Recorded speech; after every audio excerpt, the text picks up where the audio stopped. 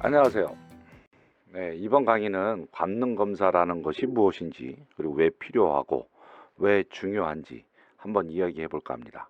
많은 분들이 그 관능 검사 그러면은 잘 이해를 못 해요. 이것이 일상적인 단어가 아니거든요, 사실은. 보통 관능적이다, 뭐 이런 표현에 주로 사용되기 때문에 관능 검사 그러면 관능적인지 아닌지 뭐 이런 검사를 하나 뭐 이렇게 물어보는 사람들도 꽤 있어요. 그럼 이걸 참 뭐라고 대답을 해야 될지 모르겠습니다. 관능 검사, 관능 검사. 근데 이 관능 검사라고 하는 것은 영어로는 sensory test라고 얘기도 합니다. sensory test, sensory test 아니면 sensory evaluation 그렇게 얘기합니다. 자, 그러면 뭐 여하튼 그러면 아니 이런 것이 학문이야 하고 오히려 반문하기도 하는데 아마 속에는 관능이라는 것에 대한 다른 의미가 있지 않은가? 네. 네, 관능적이다. 뭐 이렇게 쓰이는 단어하고 같아요. 네, 한문이 다른 것도 아니고요. 즉 감각적인, 감각에 의한 뭐 이런 뜻입니다. 식품에서 관능적 평가라고 하는 것은 우리의 감각을 기반으로 해서 감각 감각을 기반으로 해서 감각적인 요소에 대한 자극의 정도를 평가하는 것을 관능 검사라고 합니다. 즉 먹거나 마시거나 냄새 맡거나 뭐 촉감을 느끼거나 이런 것들이죠. 그럼 이런 것이 학문의 구성 요소로서 왜 중요한지 생각해 볼게요. 여기에 농부가 한 사람 있다고 합시다. 음, 농부가 이번 농사에는 좀 좋은 농기구를 사갖고 수확량을 좀 올려야겠어. 이렇게 말이죠. 생각을 하고 있습니다. 그래서 회사에다가 아마 인터넷으로서 이제 뭘 보고서 주문을 했습니다. 대금도 결제했겠죠. 네. 그런데 이 배송되어 온 제품이 이와 같다면 매우 실망스럽겠죠. 자신의 돈에 비해서 생각했던 혹은 기대했던 제품의 가치가 아니기 때문이죠. 이런 경우 저도 수탁이 겪었는데요. 배송을 해서 왔는데 물건이 뭐 찌그러져 있다든가 뭐가 하나 없다든가 작동이 안 된다든가 등등. 여하튼 그렇게 되면 반품을 하게 되고 결국 그 회사 제품은 다시 구매하기 힘들죠. 반대로 필요 없는 상황이 발생하는 경우죠. 내가 농사일을 하려고 했는데 뭐 이런 멋진 차가 이렇게 올 줄은 모르겠죠. 여하튼 그렇게 되면 멋진 차도 일단 킵하고 새로운 농기구를 산다면 결국은 과소비가 되는 거겠죠. 이런 경우가 별로 없는 것은 아닙니다. 우리 마트에 가보면은 나는 하나만 사려고 했는데 묶음으로 해서 몇 개가 같이 있는 경우도 많이 있어요, 사실은. 자, 이야기를 잠시 돌려서 공산품이라고 하는 것을 생각해 봅시다. 공산품이란 음, 수공업, 기계공업 이런 공업적인 과정을 거쳐서 만들어지는 물품을 공산품이라고 얘기를 합니다. 크게 이것은 경공업, 중공업 이렇게 두 개로 나누게 되는데요. 원래 이제 공업이라고 하는 것은 1차 산업인 뭐 농업, 어업, 목축업, 광업 이런 데서 얻어지는 원료를 원자재 이런 것을 원자재라고 합니다. 원자재를 아니면 물리적으로 화학적으로 이렇게 처리해서 스스로는 존재하지 않는 인간 생활에 실제적으로 필요한 물건을 만들어내는 가공 생산 이런 것을 공산품이라고 얘기를 하고요. 이 공산품은 이제 그 생산물의 무게에 따라서 경공업, 중공업 이렇게 나누기도 합니다. 그 중에서 부피에 비해서 무게가 가벼운 물건을 만드는 일을 경공업이라고 하는데요. 뭐 목화나 양모 같은 것을 들여다가 뭐 섬유공업을 만든다든가 옷을 만든다든가 아니면은 뭐 어, 생물을 들여다가 식품을 만든다든가 이런 것들이 여기에 해당되는 공업에 해당됩니다. 우리나라 초기에 1960년대에 이런 것들이 이제 주로 경제 개발에 있어서 가장 기반이 됐었죠. 섬유 산업 이런 것들이. 뭐 이런 노동 집약적인 그런 산업들이 이제 나라가 발전되면서 주로 이제 다른 나라에다가 뭐 이런 것들을 설치를 하고 이게 많은 발전이 있었습니다. 중공업은 경공업하고 달리게 부피에 비해서 무게가 많이 나가는 물건을 만드는 것이죠. 뭐 기계, 철강, 조선, 자동차, 기관차, 비행기 뭐 이런 것들입니다. 뭐 석유화학, 농약 이런 것들에 따라서 이런 것들은 이제 화학공업이라고도 더불어서 중화학공업이라고 부르기도 합니다. 그 그런데 그 공산품이라고 하는 것은 공정이 자동화돼서 나오죠. 라인 위에서 조립을 하거나 아니면 붙이거나 얹어 놓거나 뭐 이런 것들을 수행하는데, 이런 자동화된 무기질의 원료의 제품들의 조합을 통해서 그 공산품이 나오기 때문에 최종 제품에 대해서 균일성을 유지하기가 어때요? 쉽습니다. 만약 문제가 발생하면 하나의 공정을 이렇게 수정하면 돼요. 뭐가 잘못됐다 그러면 그 공정 라인에서 뭐 바꿔라 그러면 쉽게 고쳐지거든요. 그런데 식품을 보면은 다른 경공업들에 비해서 매우 다른 특성을 갖고 있어요. 그 이유가 바로 원재료가 불균이라거든요.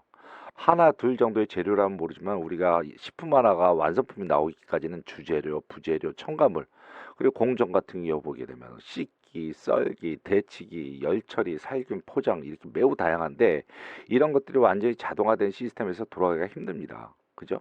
거기다가 영양분이 풍부하기 때문에 미생물들도 좋아하고요. 쥐도 좋아합니다. 그리고 얘네들이 막 공격한단 말이죠. 그런 사람들의 또 작업이 많기 때문에 이물질도 들어가기 쉽고요. 정말 까다로운 것이 식품의 품질 관리라고 할 수가 있겠습니다. 거기다가 뭐 기후적인 요소가 작용하죠. 홍수가 난다든가 가뭄이 든다든가 갑자기 뭐 추워진다든가, 거기다가 이 원재료에 굉장히 많은 영양소가 있어요. 아까 말했다시피 사람만 유익한 것이 아니죠. 벌레, 곰팡이, 세균, 지나가는 멧돼지도 지나가다 따먹고요. 따서 먹진 않죠. 손이 없으니까. 뭐 참새도 좋아하고요. 이런 난적들을 견뎌내서 튼실한 원료를 일단 확보를 해야 됩니다. 소고기 같은 경우에도 우리나라 소도 있지만 미국, 호주 다양한 나라에서 수입되고 있기도 하고, 그 안정성에 대해서 또 점검을 또 다 받아야 되죠. 오리 같은 경우에는 AI, 그 조류 인플루엔자 이런 감염 때문에 수요가 갑자기 감소되기도 하고요. 또 태풍 같은 것이 한번 쓸고 하면 배나 포도, 사과 이런 것들은 낙과가 발생하죠. 그러니까 많이 버려집니다. 그래서 원재료 값이 막 치솟아요. 그럼 원재료 값이 치솟아. 이건 사실 기후가 미치는 경제적인 효과이기도 한데, 이렇게 갑자기 원물값이 치솟게 되면 사업, 즉 사장님 입장에서는 가공식품 값을 올리든가, 아니면 값을 유지하기 위해서 저렴한 그런 원료를 사들여서 제품을 만들어야 하는데, 그러다 보면 최종 제품의 맛이 달라져서 사람들이 그 제품에 대해서 신뢰를 잃기도 합니다. 정말 까다롭죠.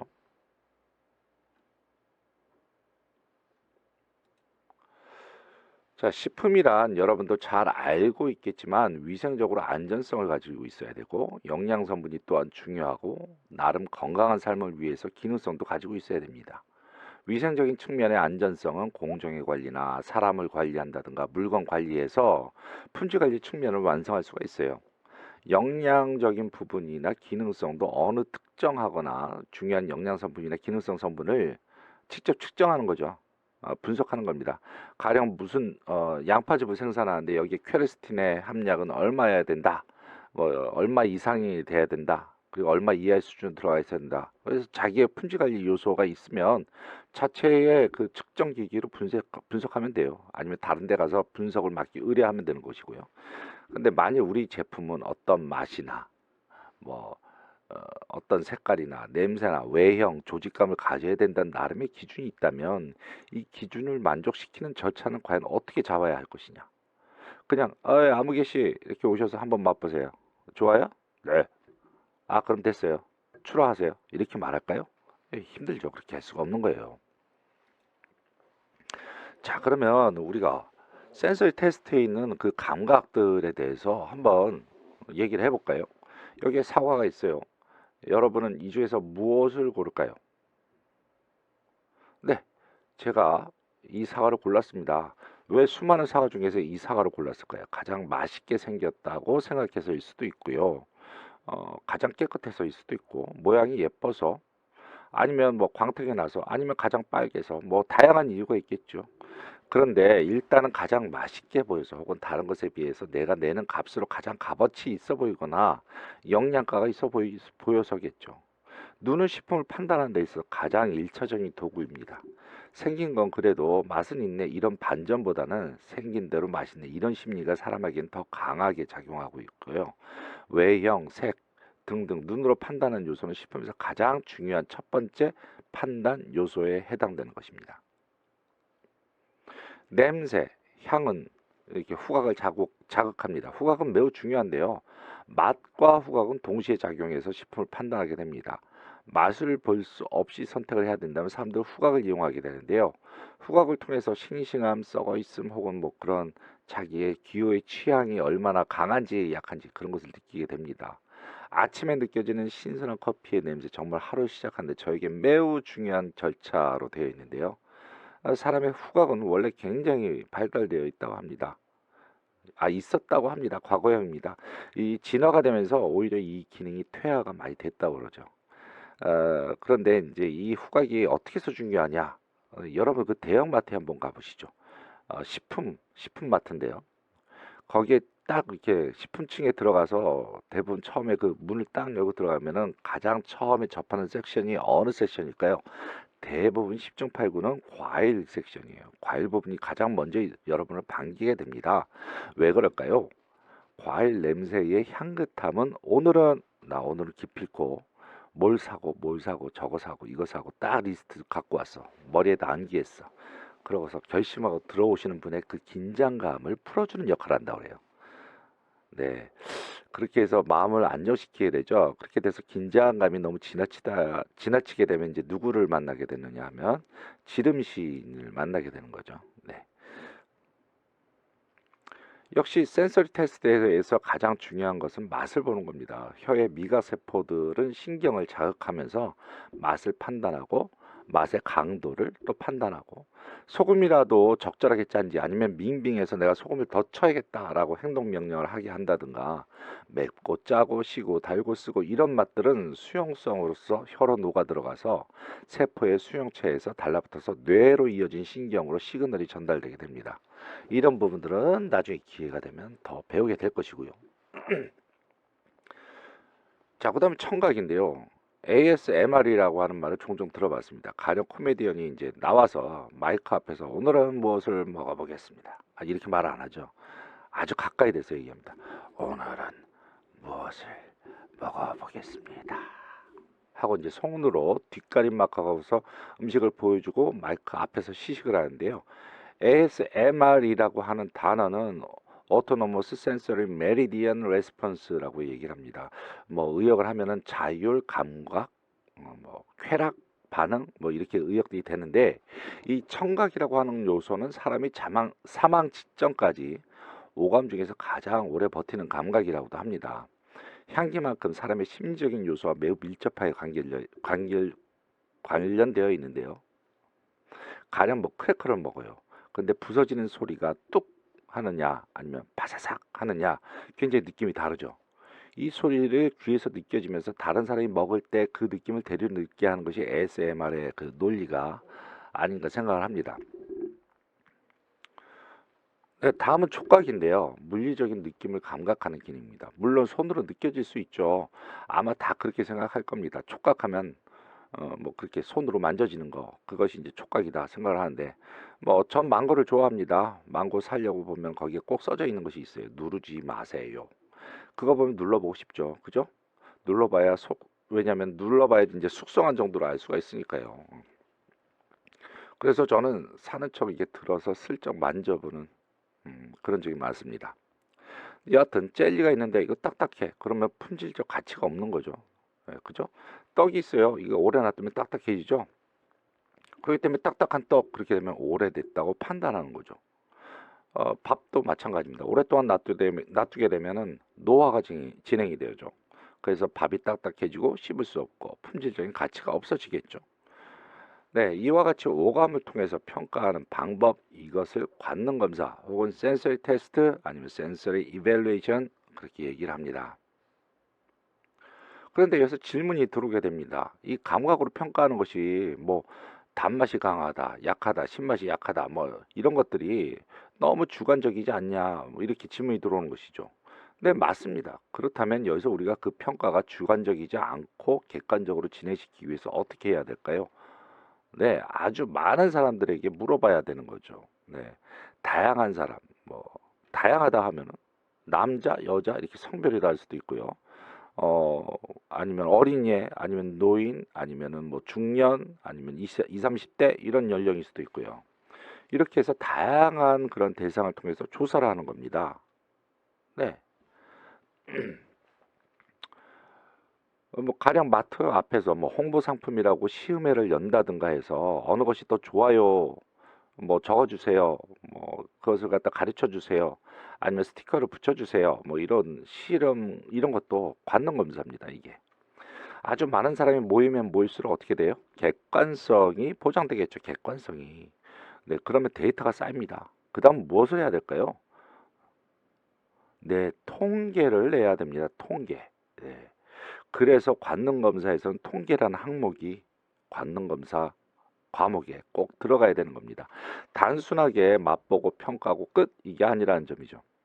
생각해보면 관능검사도 다른 학문만큼 아주 전문적이고요. 까다로울 수가 있습니다.